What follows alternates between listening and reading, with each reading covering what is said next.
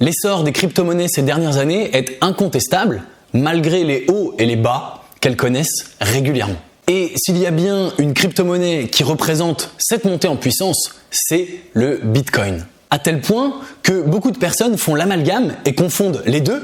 Les crypto-monnaies, c'est le Bitcoin, et le Bitcoin, c'est les crypto-monnaies. Considéré comme l'or digital par beaucoup, il domine de très loin le marché des crypto-monnaies dont il représente à lui tout seul plus de la moitié. Pourtant, il a un challenger de taille qui fait moins parler de lui et qui a, selon moi, beaucoup plus de potentiel. Un adversaire qui pourrait tout simplement prendre sa place en tant que crypto-monnaie numéro 1 et devenir la véritable réserve de valeur. Il s'agit d'Ethereum. Si tu as tout misé sur le Bitcoin, tu t'es peut-être trompé. Et si tu possèdes de l'Ethereum, tu n'as peut-être pas vu tout ce qui allait se passer. Dans cette vidéo, je vais t'expliquer pourquoi je pense que l'Ethereum va devenir la véritable réserve de valeur à la place du Bitcoin.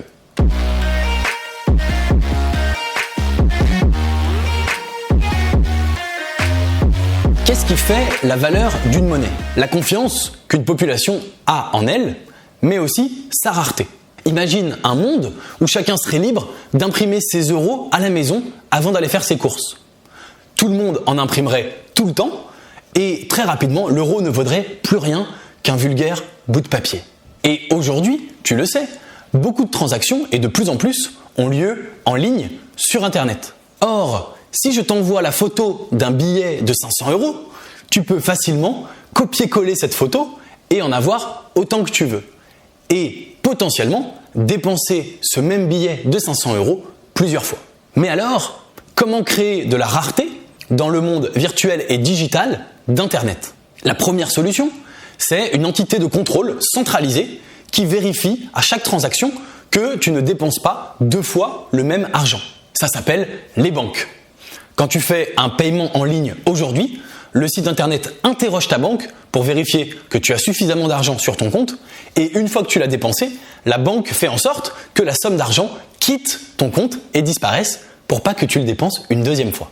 Mais placer sa confiance dans les banques peut poser de sérieux problèmes, comme nous l'avons vu en 2008 par exemple, avec une crise mondiale causée à elle toute seule par le système financier. Suite à ces événements, le Bitcoin est créé en 2009 et propose une solution relativement élégante à ce problème, à la fois décentralisée et sécurisée. Chaque monnaie dépensée ne peut l'être qu'une fois, grâce au système de la blockchain, sans avoir à faire appel à un tiers de confiance. Encore mieux, cette monnaie n'est contrôlée par aucun État et il est fixé dès le départ la règle suivante, il n'en existera que 21 millions d'unités, pas un de plus. Cela lui donne un avantage non négligeable face aux grandes monnaies étatiques, le dollar, l'euro par exemple, ne serait-ce que parce que les États impriment de la monnaie, impriment de l'euro et du dollar. Et tu le sais certainement, ils le font d'ailleurs de plus en plus et beaucoup plus en 2020 par exemple à cause de la crise du Covid-19. Quand un État fait tourner la planche à billets, il augmente le stock total de monnaie et donc mathématiquement il fait baisser la valeur de ton argent que tu détiens. On appelle ça l'inflation. Mais le Bitcoin, lui, il est ce que l'on appelle non-inflationniste.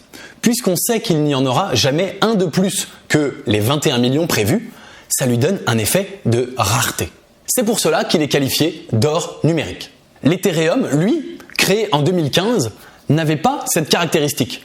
Il n'était pas fixé de montant maximum d'Ethereum créé, exactement comme l'euro ou le dollar. Pourtant, une mise à jour prochaine de la blockchain Ethereum va complètement changer cette dynamique. Dorénavant, lors de chaque transaction, une petite quantité d'Ethereum va être détruite. Dans le jargon, on dit que l'Ethereum est brûlé à chaque transaction.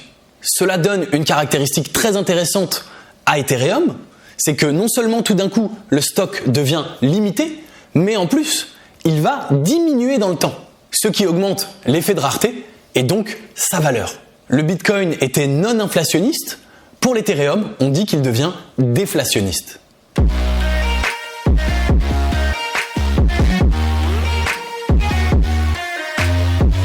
L'Ethereum va au-devant d'une autre transformation majeure, de la Proof of Work à la Proof of Stake. Alors, si c'est du chinois, ce que je viens de te dire, ne t'inquiète pas, je vais t'expliquer tout ça. Une blockchain a besoin de validateurs pour faire fonctionner son réseau.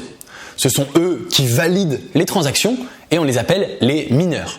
Pour sécuriser le réseau et éviter que n'importe qui le pirate, valider ces transactions demande une grosse puissance de calcul informatique afin de valider des équations complexes. Cela requiert d'avoir de réels ordinateurs physiques qui puissent faire des calculs et en grande quantité pour pas que n'importe quel pirate informatique avec 3 ordinateurs branchés en réseau dans un coin s'approprie le réseau Bitcoin dans son ensemble. C'est d'ailleurs ce qui explique la grosse consommation électrique du Bitcoin. Aujourd'hui, il consomme 0,5% de l'électricité mondiale. C'est autant qu'un petit pays comme la Suède. Et Ethereum utilise aujourd'hui le même système, la proof of work, la preuve de travail. Il faut prouver que ton ordinateur a travaillé, a fait des calculs pour valider la transaction et maintenir le réseau.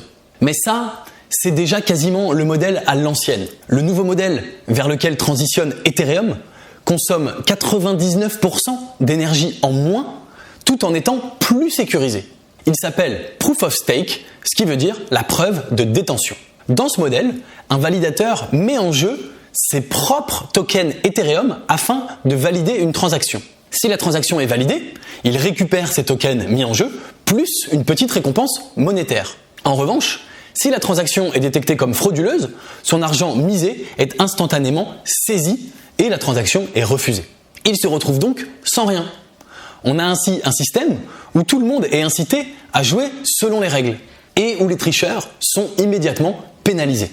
Ce système est donc beaucoup plus économe en énergie car il n'y a pas besoin de faire tourner des machines. Il suffit simplement de miser ces jetons, ce qui ne requiert aucune puissance de calcul. D'autre part, pourquoi est-il plus sécurisé ? Eh bien, dans le cas d'une attaque sur le réseau Bitcoin, même si ce cas est peu probable, eh bien, les développeurs ne peuvent rien faire pour empêcher le pirate de relancer une deuxième attaque 5 minutes après, une troisième attaque 1 heure après, etc., etc. Avec le mécanisme de la proof of stake, le pirate détecté va se voir instantanément confisquer ses jetons. Donc pour relancer une attaque, il va devoir racheter des jetons supplémentaires pour à nouveau avoir suffisamment de jetons nécessaires pour faire son attaque, puisqu'une partie vient d'être saisie.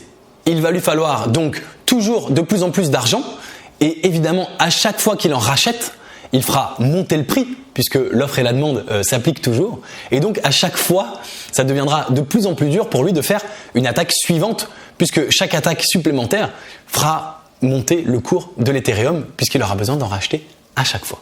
Avec cette mise à jour, l'Ethereum fait donc d'une pierre deux coups, 99% de consommation électrique en moins et plus de sécurité.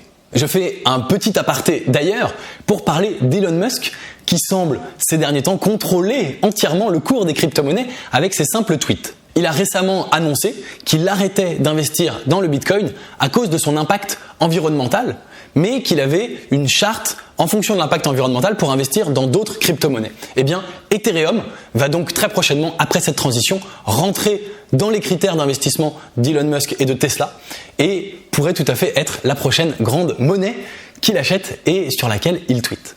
Mais Ethereum a un autre tour dans son sac et celui-ci est vraiment très intéressant.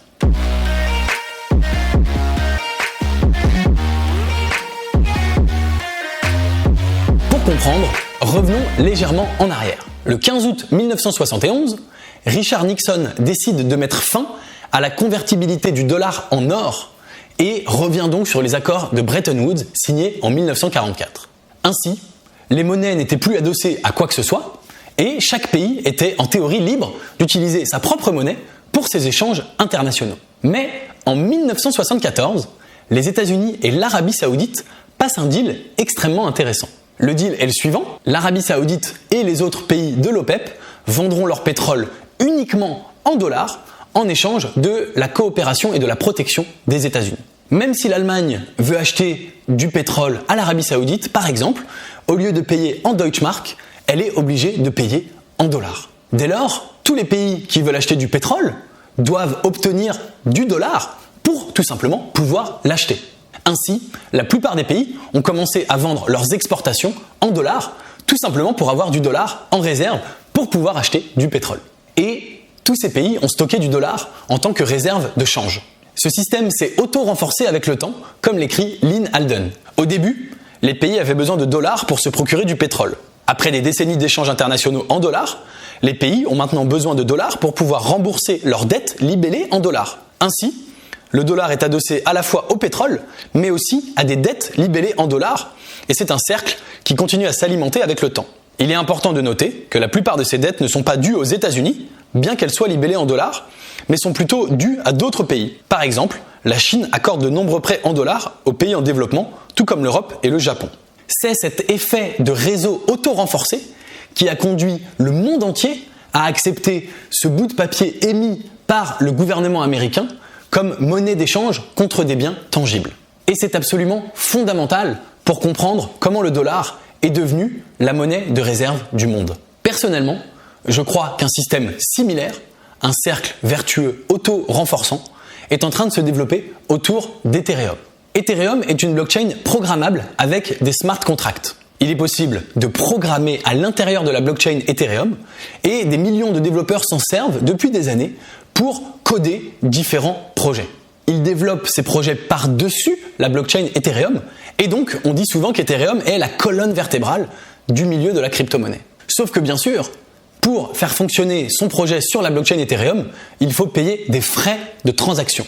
Coïncidence, ces frais de transaction s'appellent le gaz, filant ainsi la métaphore pétrolière. Et il se passe beaucoup de choses sur cette blockchain Ethereum. La folie des NFT, dont tout le monde parle, c'est sur Ethereum. Sorare, dont j'ai parlé dans une autre vidéo, c'est sur Ethereum. La DeFi avec Uniswap, c'est aussi sur Ethereum, avec un marché estimé à 2,7 milliards par an, rien que pour cette utilisation-là. Même les banques se mettent à l'utiliser. Aujourd'hui, 94 des 100 plus gros projets crypto sont créés sur Ethereum. Et bien sûr, plus les applications construites sur Ethereum deviennent utiles, plus il y aura de demandes pour l'Ether, sa monnaie. Avec tout ça, il devient facile de voir comment un réseau du style pétrodollar pourrait venir se développer sur Ethereum. Reprenons la citation de Lyn Alden qu'on a vue il y a un instant et changeons quelques mots. Au début, tout le monde avait besoin d'Ether pour utiliser l'ordinateur décentralisé mondial. Après des décennies d'échanges internationaux en Ether, les pays ont maintenant besoin d'Ether pour pouvoir rembourser leurs dettes libellées en Ether. Ainsi, l'Ether est adossé à la fois à la demande de puissance de calcul, mais aussi à des dettes libellées en Ether, et c'est un cercle qui continue à s'alimenter avec le temps. Il peut sembler extrême de comparer la demande en Ether à la demande en pétrole, mais si le système financier mondial vit sur la blockchain Ethereum, est-ce vraiment exagéré ? Il est de plus en plus probable qu'Ether bénéficiera de cet effet de réseau auto-renforçant qui a fait du dollar la monnaie mondiale. Et parce que le meilleur argent est celui qui donne à son détenteur le plus de pouvoir d'achat à l'avenir, cette demande organique d'Ethereum augmente encore ses chances de devenir la réserve de valeur.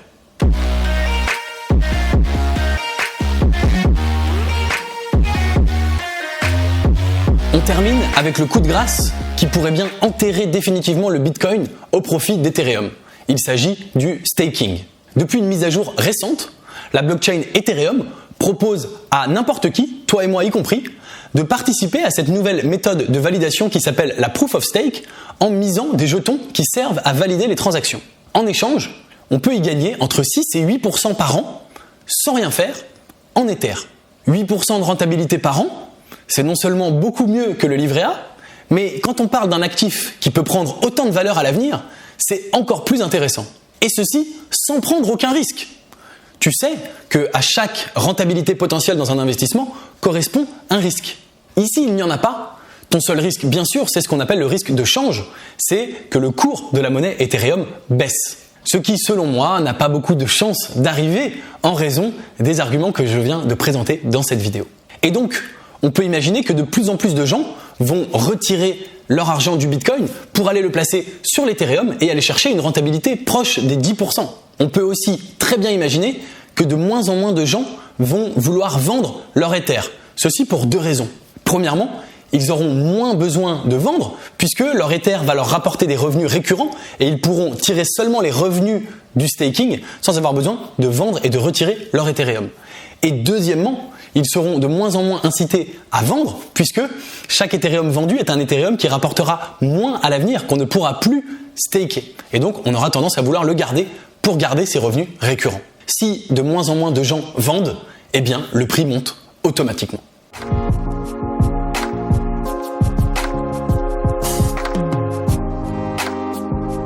On a donc un réseau plus sécurisé, plus économe en énergie, dont la quantité de tokens diminue dans le temps et qui propose une rentabilité à ses utilisateurs. Dans l'ensemble, Ethereum a imité Bitcoin sur beaucoup de points, mais a énormément amélioré en offrant une blockchain programmable, ce qui permet de créer un ordinateur virtuel décentralisé qui élargit énormément les cas d'utilisation potentiels. Et ces cas d'utilisation créent une demande organique croissante. À mesure que ces cas d'utilisation fleurissent et deviennent de plus en plus utilisés, eh bien la demande pour l'Ether ne fera qu'augmenter.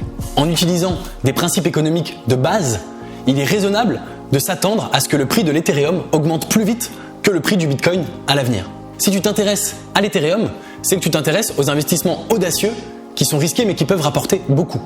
Alors, j'ai quelque chose pour toi. J'ai créé il y a plus de 4 ans le club privé Léonis Investissement qui te permet d'investir avec moi dans des startups à très fort potentiel dans la Silicon Valley issus des plus grands incubateurs comme le Y Combinator. Ça ressemble à la crypto-monnaie car ce sont des investissements risqués, mais tu peux multiplier ta mise initiale par 10, par 100 ou même par 1000. Si ça t'intéresse d'investir avec nous, tu peux investir à partir de 2500 € dans une startup. Et pour trouver plus d'informations sur le club, rendez-vous dans la description de la vidéo, juste en dessous.